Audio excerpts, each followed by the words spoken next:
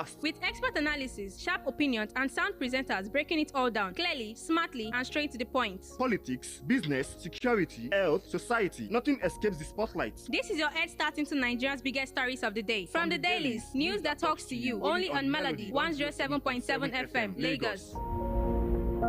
From the Dailies on your favorite radio station. Melody 107.7 FM. Stay tuned.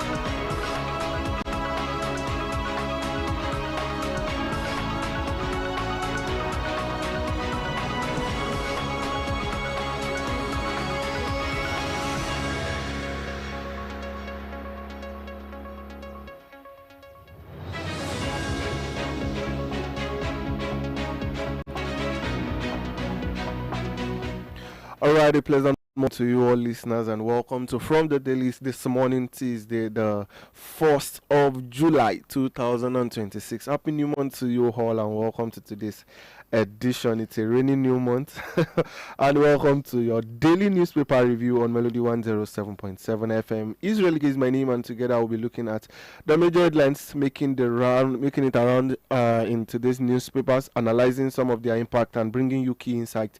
So let's dive right into it. But however, I'm not doing this alone. I have with me my colleague. All right, happy new month to you wherever listening to us from. Another half of the year has been delivered to you today.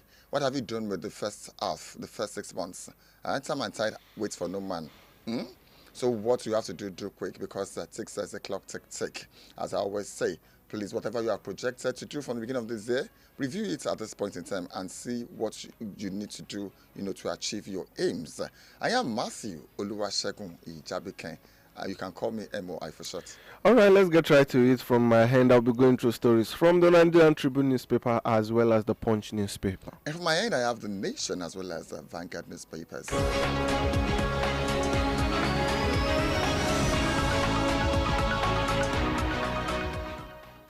All right, now with the Nation newspaper, with the big bold one, Akpabio Barau Abdurazak Ozadima Yero on APC list. With this rider, Abbas Kalu Falike get nomination forms. Governors to meet Yelwatda. You can find details of this on page 2 of the Nation newspaper. Above the masthead, federal government plans scrap of JSS SSS program. You can find details of this on page 6. Moving on, NDC uploads OB Dixon other names on INEC portal. That's on page 3 for details. Away from that, U.S. asylum seekers to pay 10,000 pounds before consideration, and that's on page 29 for details. Okay, away from that, Lagos gets NRC license to run train services, and that's on page 6 for details. New army recruits accused of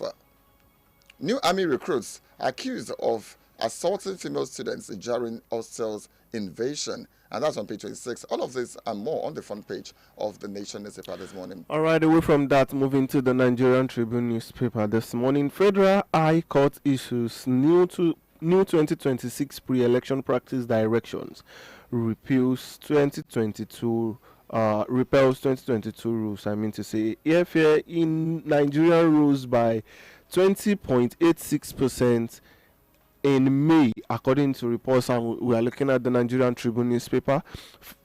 Also, federal government to scrap JSS SS separation policy. Wow, that's on the Nigerian Tribune also. And the lead story for the same newspaper this morning says candidate list APC governors to meet Yowatda.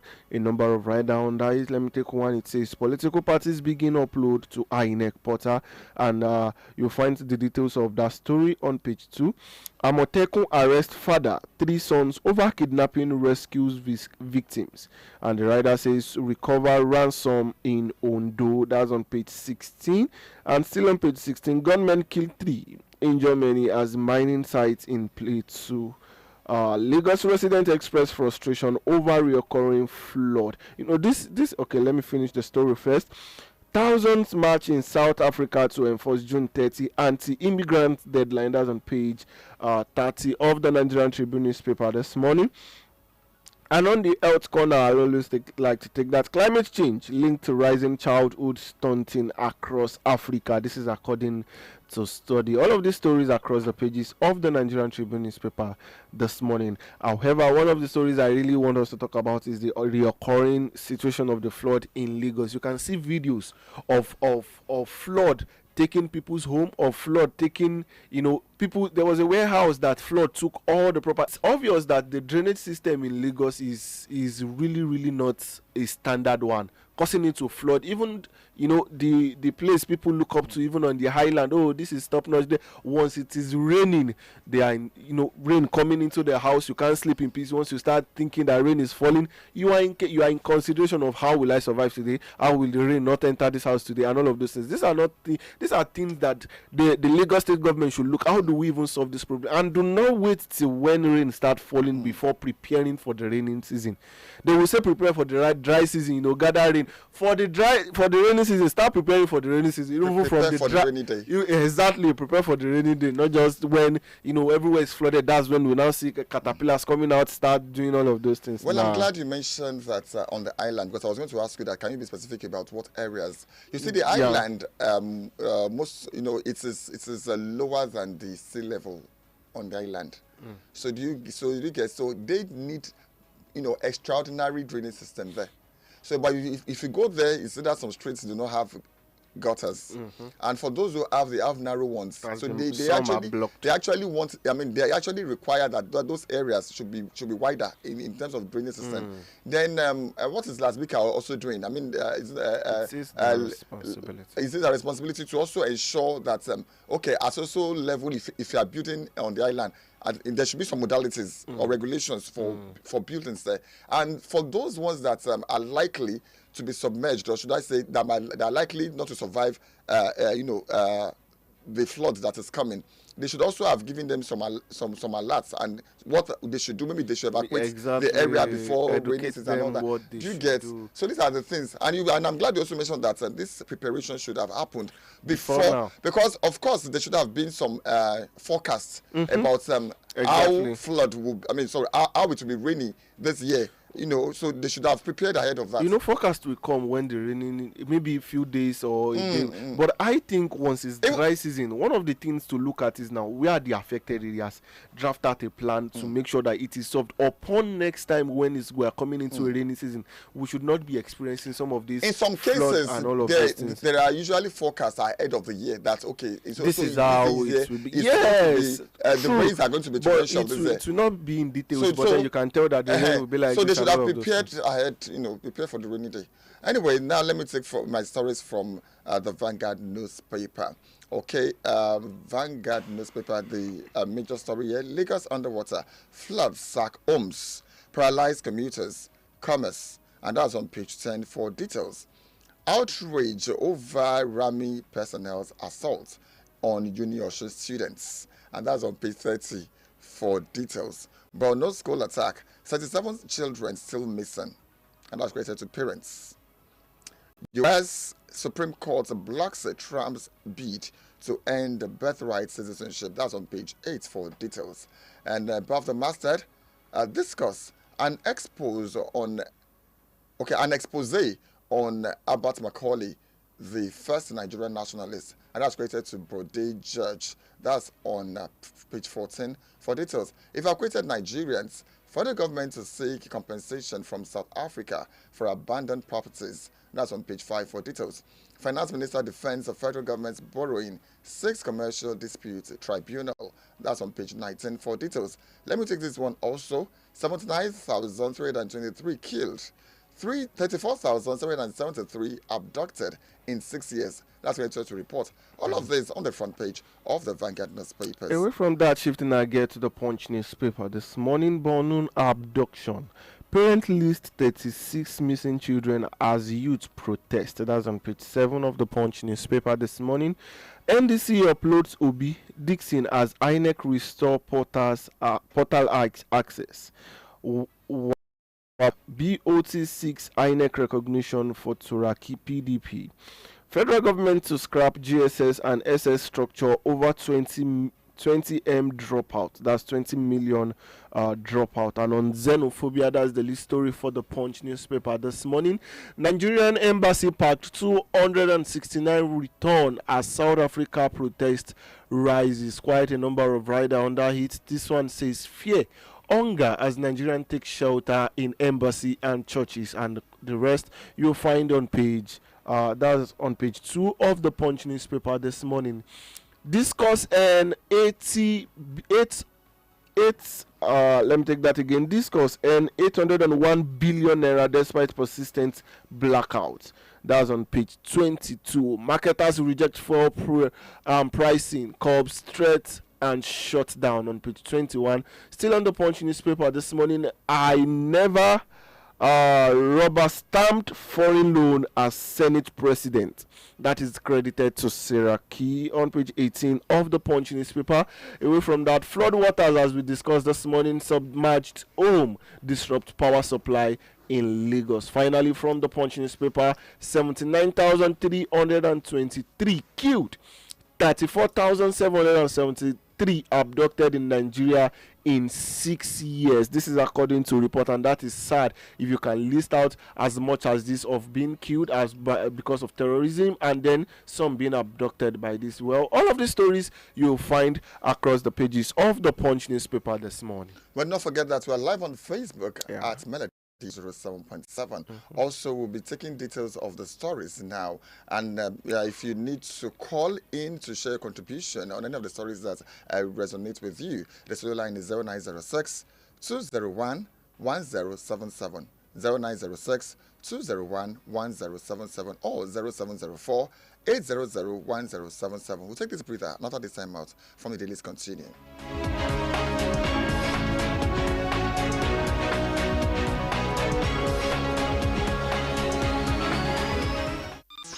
This is Melody 107.7 FM, your number one radio station. Stay cool with Melody. This na Melody 107.7 FM.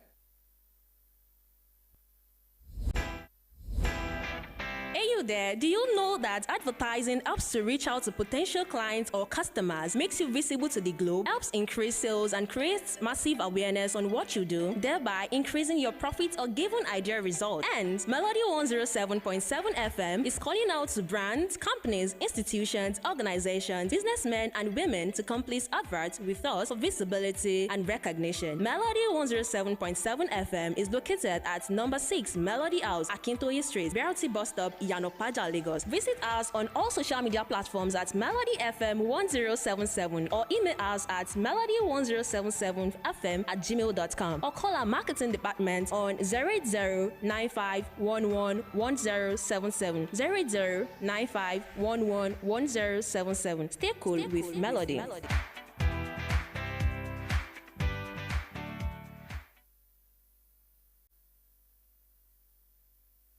From the Dailies on your favorite radio station. Melody 107.7 FM. Stay tuned.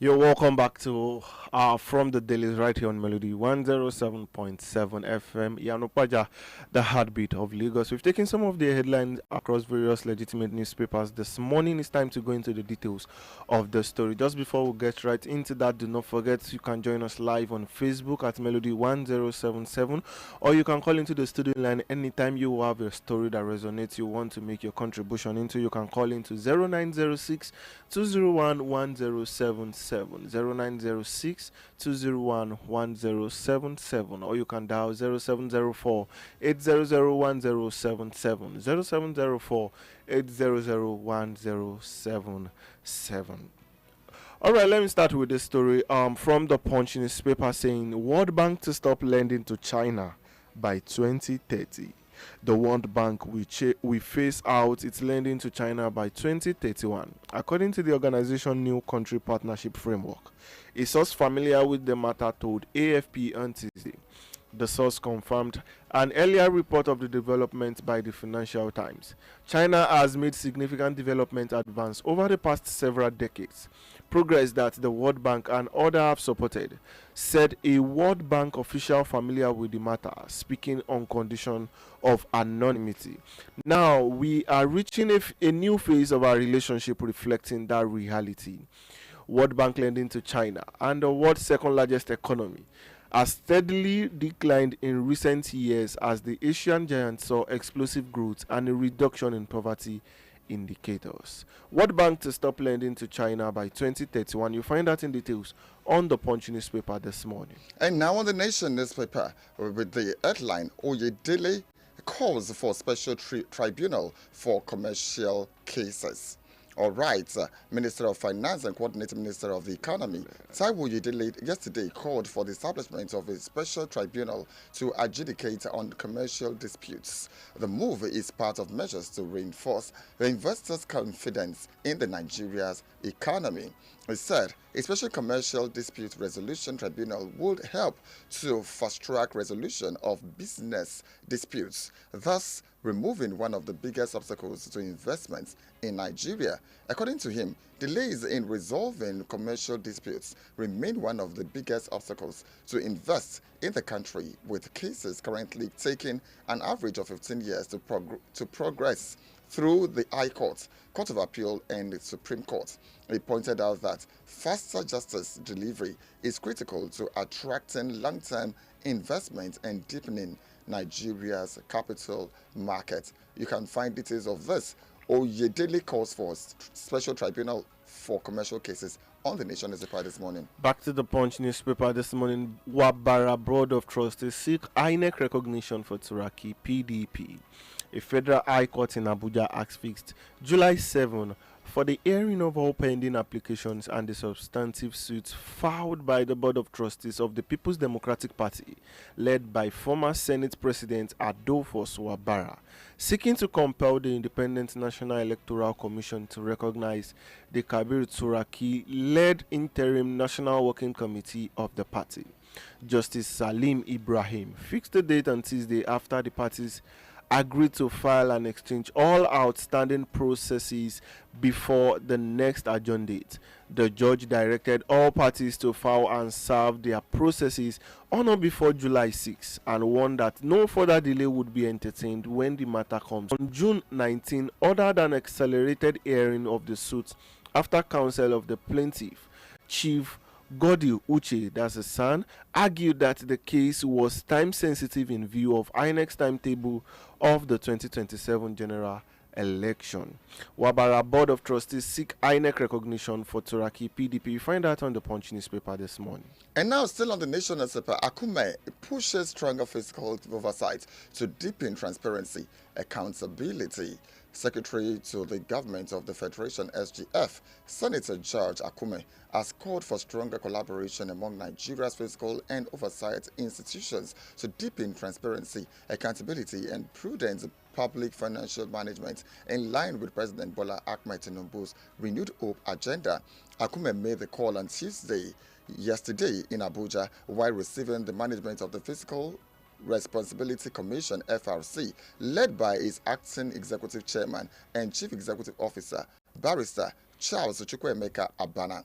The SGF said closer cooperation among the Fiscal Responsibility Commission FRC, the Federal Ministry of Finance, the Budget Office of the Federation, the Office of the Accountant General of the Federation, the Debt Management Office, and other oversight institutions was essential to eliminate duplication of responsibilities and strengthen fiscal governance. Akume pushes stronger fiscal oversight to deepen transparency, accountability. You can find this on the Nation newspaper this morning. APC, ADC, LP, 6 others collect INEC access code for 2027 nomination. The Independent National Electoral Commission says 9 registered political parties have collected access code to upload their candidates, particularly for presidential and National Assembly elections ahead of the 2027 general election. The INEC National Commissioner in charge of voter education and publicity, Muhammad Aruna, made this known to the News Agency of Nigeria on Tuesday in Abuja. According to Aruna, the 9 political parties are Accord, Action Alliance, African Democratic Congress, All Progressive Congress, Labour Party, National Democratic Congress, National Democratic Party, People's Redemption Party, and Social Democratic Party. He explained that it was the responsibility of the political parties participating in an election to approach the commission to collect the code, rather than INEC taking it to individual party secretariat. APC, ADC, LP, 6 others collect INEC access code for 2027 nomination. You'll find that in details on the Punch newspaper this morning. And now moving to the Vanguard newspaper. Borno school attack, 37 children still missing, and that's credited to parents. No fewer than 37 children are still missing following an attack on Government Day Secondary School, GDSS, in Lassa, Askira, Uba local government area of Borno State on Monday, said some parents of the students. Recall that terrorists attacked the school about 9 a.m. while candidates were writing the National Examinations Council examination NECO, killing 2 teachers and abducting an unspecified number of students. Acting Military Information Officer, Northeast Joint Task Force, Operation Adinkai, Captain Muhammad Goni, had said in a statement on Monday that 2 security operatives, including a soldier and a member of the Civilian Joint Task Force, were killed during the rescue operation. It said 10 victims were rescued on earth by ground troops with support from air platforms providing guidance after troops made contact with the abductors around the Dago area of the local government. But interviews with some of the parents yesterday, they said the state government had opened a register for families to report missing persons, adding that 37 students were still missing. Borno school attacks, 37 children still missing. That's related to parents. You can find this of this on the Vanguard newspaper this morning. Finally this morning, Alaafin hails Tinubu over award of Circular Road project in Oyo. The Alaafin of Oyo, Oba Akim Uwade, has lauded President Bola Ahmed Tinubu for approving the construction of the Oyo Circular Road linking Ijawaya, Federal Government Girls College, Sabo, Ilora, and Akimori in Oyo Federal Constituency. The monarch described the approval as a demonstration of the president's commitment to infrastructure development and improving the socio-economic well-being of the people.